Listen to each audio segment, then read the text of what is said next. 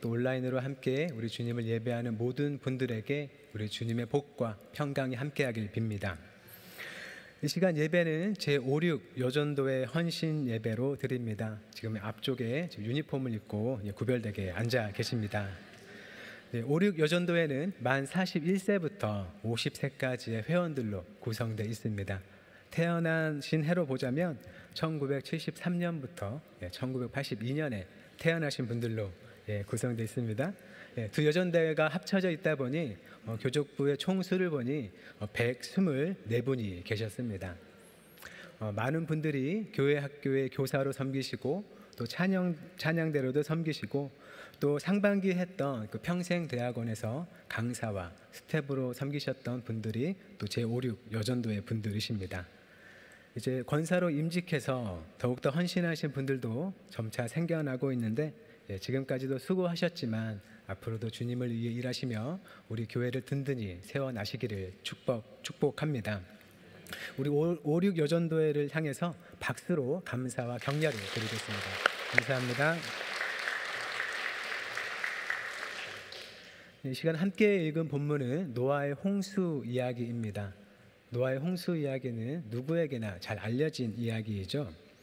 하나님께서 세상을 심판하시려고 홍수를 일으키시는데 은혜를 입은 노아가 하나님의 명령을 따라 큰 배를 미리 만들어서 그의 가족과 혈육 있는 모든 생물 한 쌍이 살게 된 이야기입니다. 이 시간 본문은 홍수가 있은 후에 땅에서 물이 걷히고 마른 후의 이야기이죠. 땅이 말랐을 때 하나님께서 노아에게 말씀하십니다. 본문 8장 16절과 17절 말씀이죠. 함께 읽어보겠습니다. 시작. 너는 내 아내와 내 아들들과 내 며느리들과 함께 방주에서 나오고 너와 함께한 모든 혈육 있는 생물 곧 새와 가축과 땅에 기는 모든 것을 다 이끌어내라. 이것들이 땅에서 생육하고 땅에서 번성하리라 하시매. 아멘.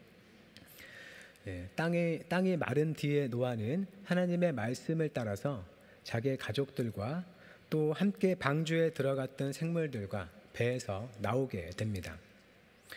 이 홍수 이야기는 떠올려 보면 굉장히 무서운 이야기죠. 우리나라도 장마철이 되면 어디엔가 물난리가 나지 않을까 늘 걱정하는데 올해도 여러 피해를 입었습니다. 또 쓰나미 같은 재난은 규모 면에서 보면 매우 무시무시하죠. 그런데 이 노아 이야기의 홍수는 일부 지역에서만 일어나는 그런 홍수가 아니었던 것이죠. 그것과는 비교할 수 없게 전 지구를 덮는 홍수였습니다. 그 누구도 피할 수 없던 재앙이었던 것이죠. 하나님께서는 세상 땅 위의 모든 생물을 없애버리겠다고 하셨고 또 성경은 육지에 있어 그 코에 생명의 기운의 숨이 있는 것들은 다 죽었더라 라고 말을 합니다. 비가 40일 밤낮으로 내리더니 천하의 모든 높은 산이 다 잠겼습니다. 세상에 물을 피할 수 있는 곳이 없었던 것이죠. 그 장면을 상상해보면 땅은 조금도 보이지 않고 온 세상이 마치 망망대해와 같은 넓은 물로 덮여있는 모습일 겁니다. 그에 비하면 매우 점과 같이 작은 배 한 척만이 물 위를 둥둥 떠다니고 있었겠죠. 그렇게 무려 150일 동안이나 물이 땅에 넘쳤다고 말합니다. 하나님이 이렇게 홍수를 일으켜서 세상의 생물을 다 쓸어버리는 게 하나님께서 세상을 향해 애초에 가지셨던 계획은 아니었습니다. 세상을 향한 하나님의 처음 행위는 사랑 가득한 창조이고 돌봄이었죠. 그리고 그렇게 창조된 세계가 하나님 앞에 아름답게 존재하는 것이 하나님께서 바라시는 바였습니다. 빛을 비롯해서 세상에 없던 것들을 하나하나 불러내어 존재하게 하셨고 그것들이 잘 존재하도록 잘 살아가도록 모든 것을 꾸려 주셨습니다. 모든 것이 아름답게 창조되었기 때문에 세상은 하나님께서 보시기에 좋았던 것이죠. 창세기 1장을 읽다 보면 창조의 하루하루를 마칠 때마다 만드신 세상을 보시면서 기뻐하고 흐뭇해 하시는 하나님을 어렵지 않게 떠올릴 수 있습니다. 창조를 마치던 여섯째 날에는 지으신 그 모든 것을 보시니 심히 좋았더라 라고 하시죠. 이 세계를 향한 하나님의 큰 기쁨을 강조합니다. 그렇게 하나님은 세상을 창조하고 또 돌보셨고, 또 하나님의 형상을 지닌 인간을 만드셔서 세상을 돌보도록 맡기셨습니다. 그러니 우리 인간은 세상을 하나님의 마음으로 돌봐야 하는 것이죠. 창조 이야기를 보다 보면 하나님께서는 이 세상의 생명체들에게 한 가지를 명령하십니다. 무엇인가요? 생육하고 번성하여 땅에 충만하라입니다. 하나님은 생명을 받아서 활력이 넘치는 생물들로 이 세상을 가득 채우시려고 했던 것이죠. 생물들 편에서는 그들이 수행해야 할 책임이자 의무라고 할 수 있습니다. 그렇게 본다면 우리나라가 현재 겪고 있는 저출산의 문제는 단지 사회적인 문제만이 아니라 신앙적인 문제로 보여지기도 하는 것이죠. 기본적으로 국민 수의 감소로 이어져서 국가의 존속에 영향을 미칩니다. 또 시간이 지나면서 부양을 받을 사람보다 부양을 담당할 사람이 줄어든다는 게 앞으로의 삶을 또 불안하게 만들기도 하죠. 부양받지 못할까 봐 두렵기도 하고, 또 부양을 담당하느라 자신의 삶이 버거워질까 두렵기도 한 것입니다. 거기에 더해서 이 저출산은 생육하고 번성하라는 하나님의 명령에 위배되는 것으로 보이기도 하기 때문에 신앙인으로서는 현재 사회의 모습이 염려되기도 하는 것이죠. 문자적으로만 보면 이 생육하고 번성하라는 말씀은 간단히는 출산을 가리키는 것으로 보입니다. 그래서 이 말씀 때문에 기독교에는 출산을 많이 해야 한다고 생각하시는 분들도 있고, 또 실제 그렇게 실천하시는 분들도 계십니다. 아이를 많이 낳는 것을 생육하고 번성하라는 하나님의 명령에 순종하는 것으로 보는 것이죠. 그런데 사실 하나님조차 하나님이 하신 이 명령에 어긋나는 일을 이미 하셨습니다. 바로 홍수를 일으키신 일이죠. 홍수는 생육하고 번성하라는 명령을 따라서 이 땅에 생겨난 생물들을 다 쓸어버리는 일이었습니다. 생육과 번성을 명령하신 하나님이 바로 당신이 내린 그 명령에 반하는 일을 몸소 행하신 것이죠. 홍수가 있기 전에 창세기 6장 1절과 2절은 이렇게 말합니다. 창세기 6장 1절 2절 말씀 함께 읽어보겠습니다. 시작. 사람이 땅 위에 번성하기 시작할 때에 그들에게서 딸들이 나니 하나님의 아들들이 사람의 딸들의 아름다움을 보고 자기들이 좋아하는 모든 여자를 아내로 삼는지라. 아멘. 창세기 6장 1, 2절 말씀은 홍수 심판의 배경을 설명하는 그 시작입니다. 두 종류의 일이 일어나고 있습니다. 하나는 하나님의 명령대로 사람들이 번성하기 시작한 것이고, 다른 하나는 하나님의 뜻에 반해서 하나님의 아들과 사람의 딸들이 결혼하는 일이 시작된 것입니다. 하나님의 아들은 누구를 말하고 사람의 딸은 누구를 말하는지 지금 우리가 그걸 정확히 알 수는 없습니다. 하지만 분명한 것은 이런 모습들이 하나님께서 바라시는 모습은 아니었다는 것이죠. 서로 결합해서는 안 되는 존재들이 함께 하고 있다는 부정적인 어감으로 표현하고 있습니다.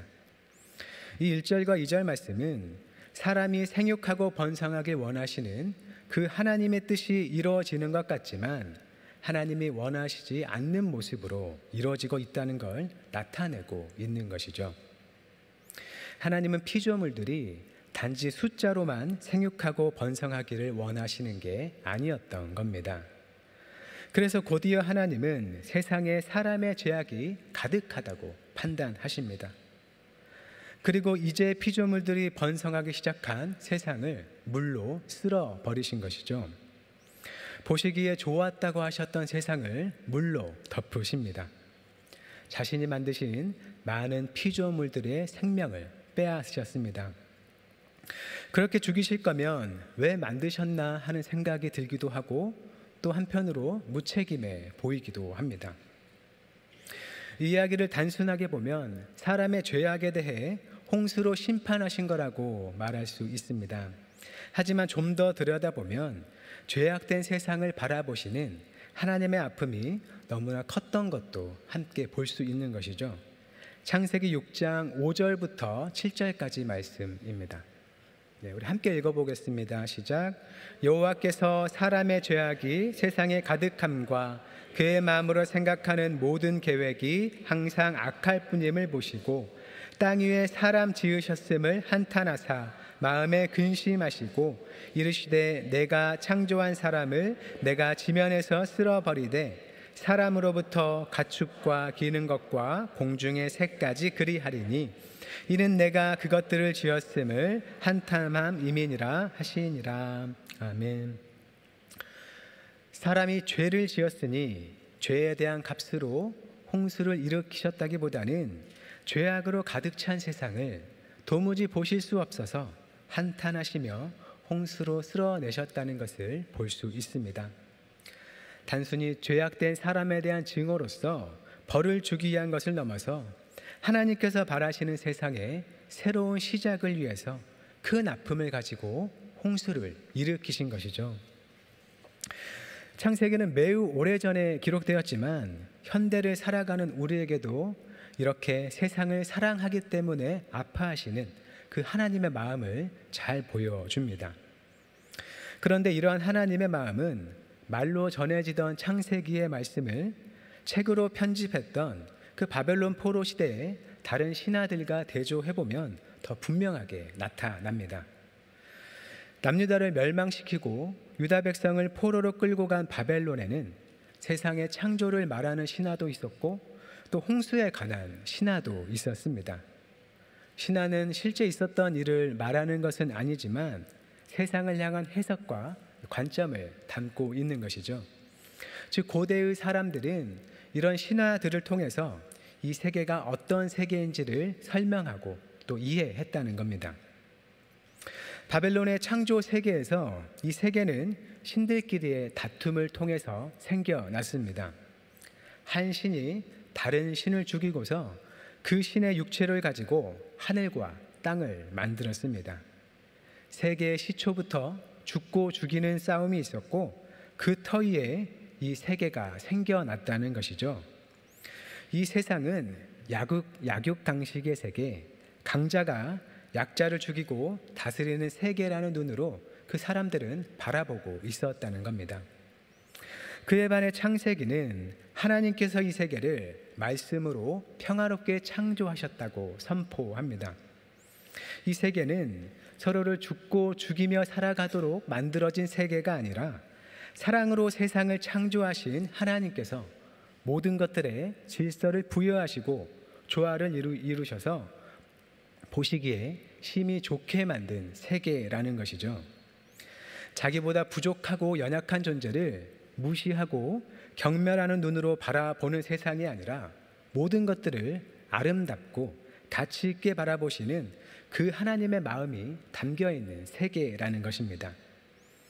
그 중에서 인간은 하나님의 모습대로 지음을 받아서 하나님의 마음으로 세상을 다스려야 하는 역할을 부여받은 것이죠.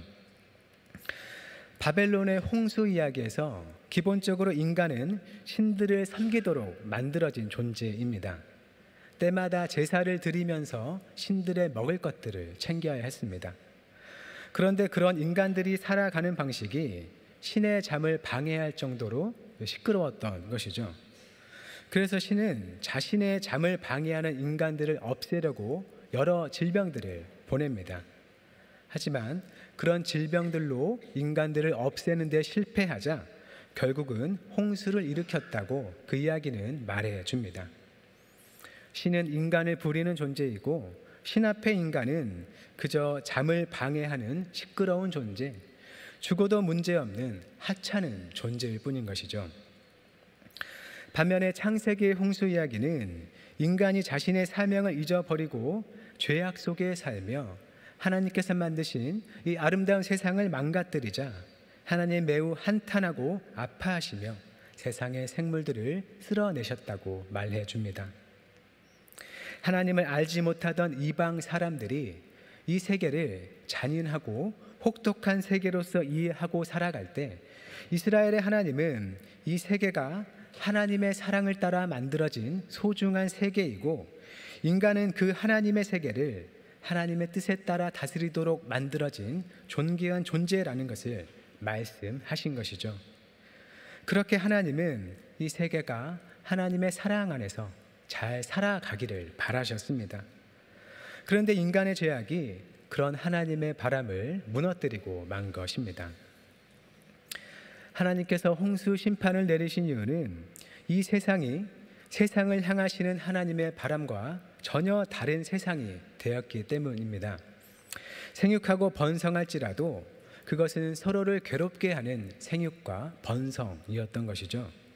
죄악된 인간과 그 죄악된 인간들이 세상을 다스리는 일들 때문에 세상은 하나님 보시기에 망가져 가고 있었던 겁니다. 이 땅의 생명들이 하나님께서 바라시는 모습대로 살아갈 수 없는 환경이 된 것이죠. 하나님께서는 이 땅의 피조물들이 단지 수가 많아지길 바란 것이 아니었습니다. 수가 많아질 뿐만 아니라 또한 복되고 바른 삶을 살아가길 원하셨습니다. 그래서 홍수 심판은 하나님의 아픔이자 피조 세계를 새롭게 하시는 일이었습니다. 그리고 하나님이 세상을 향해 가지셨던 그 복되고 바른 삶의 목적은 지금도 여전히 갖고 계신 목적입니다. 그래서 하나님은 홍수 이후에도 같은 명령을 주십니다. 하지만 홍수 심판을 통한 아픔을 간직한 채로 받아야 하는 명령인 것이죠. 배에서 나온 노아와 그의 아들에게 이렇게 말씀하십니다. 9장 1절 말씀 함께 읽어보겠습니다. 시작. 하나님이 노아와 그 아들들에게 복을 주시며 그들에게 이르시되 생육하고 번성하여 땅에 충만하라. 아멘. 하나님의 복으로서 생육하고 번성하여 땅에 충만하고 무엇보다 이 세상을 하나님의 사랑으로 보살피라는 것입니다. 이 명령은 노아의 후손들인 지금 이 땅을 살아가는 모든 사람들에게 지금도 유효한 하나님의 명령입니다. 우리는 이 명령을 따라서 살아가야 하는 것이죠. 다만 사람이 자신의 힘으로는 그 길로 나아갈 수 없어서 하나님께서 친히 오셔서 그 길을 열어주신 것입니다. 바로 우리 주님 예수 그리스도께서 하신 일입니다. 예수님은 하나님과 단절되었던 우리를 하나님께로 회복시키셔서 복되고 바른 삶을 예비하시고 또한 우리 마음에 그 하나님의 뜻을 새기셔서 우리를 그 복되고 바른 삶의 길로 나아가게 하십니다. 우리가 발딛고 살아가는 이 땅을 보시기에 심히 좋았더라라고 말씀하셨던 그 처음 세상처럼 하나님의 사랑이 가득한 곳으로 만들어가는 것이 주님께서 우리를 부르신 믿음의 삶입니다. 그리고 우리를 부르신 주님께서 그 일을 온전히 이루실 것입니다. 그 복된 자리에는 사람만 있는 것이 아니라 하나님께서 지으신 모든 피조물이 함께 하는 것입니다. 지금 시대에 우리가 마주하고 있는 인권의 문제, 동물 보호의 문제, 환경의 문제, 이런 여러 문제들이 각각의 문제가 아니라 하나님 앞에서는 하나의 문제인 것이죠. 하나님 보시기에 좋은 세상으로 살아가기에 우리가 하나님의 마음으로 바라봐야 할 문제들인 것입니다. 주님께서 우리에게 먼저 보이신 그 사랑, 정의, 용서, 긍휼, 평화, 그 모든 선한 것들을 세상의 모든 것들을 향해 나타내야 하는 것이죠. 우리는 그 삶으로 부름받은 성도들입니다. 우리가 뉴스를 볼 때면 마음을 아프게 하는 사건이 늘 있는 것 같습니다. 생명을 해치는 사건, 또 생명을 잃어버린 사건, 혹은 자신의 생명을 놓아버리는 사건이 있습니다. 세상은 점점 사람들에게서 삶의 소망을 빼앗고 미래에 대한 불안을 안겨주는 것 같습니다. 뉴스에 나오는 그런 어렵고 슬픈 일들이 그저 남의 이야기로만 들리지는 않는 것이죠. 생육하고 번성하고자 하는 마음을 꺾어버리는 것처럼 보입니다. 그렇게 생명이 더욱 존중받을 필요가 있는 이 시대에 우리 교회의 모든 일들이 세상을 생명이 살만한 곳으로 갖고 가고 생육하고 번성하도록 힘과 소망을 줄 수 있기를 바랍니다. 이 땅에 생명을 내시는 주님이 끝까지 저들을 돌보신다는 것을 나타낼 수 있는 주님의 몸된 교회가 될 수 있길 바랍니다. 우리가 주님께 순종하는 일들을 통해서 세상의 존재들이 생육하고 번성하기를 마다하지 않고 하나님의 복 주심 가운데 그 말씀을 이루어 나가게 되기를 바랍니다. 생명을 주시고 보살피시는 하나님과 함께 일하고 함께 기뻐하는 이 땅의 모든 피조물들이 되기를 바랍니다. 그 모든 일에 앞서 행하시는 우리 주님과 동행하는 제56 여전도회와 모든 한영의 성도님들, 또 우리 한영교회가 되기를 주님의 이름으로 축원합니다. 기도하겠습니다.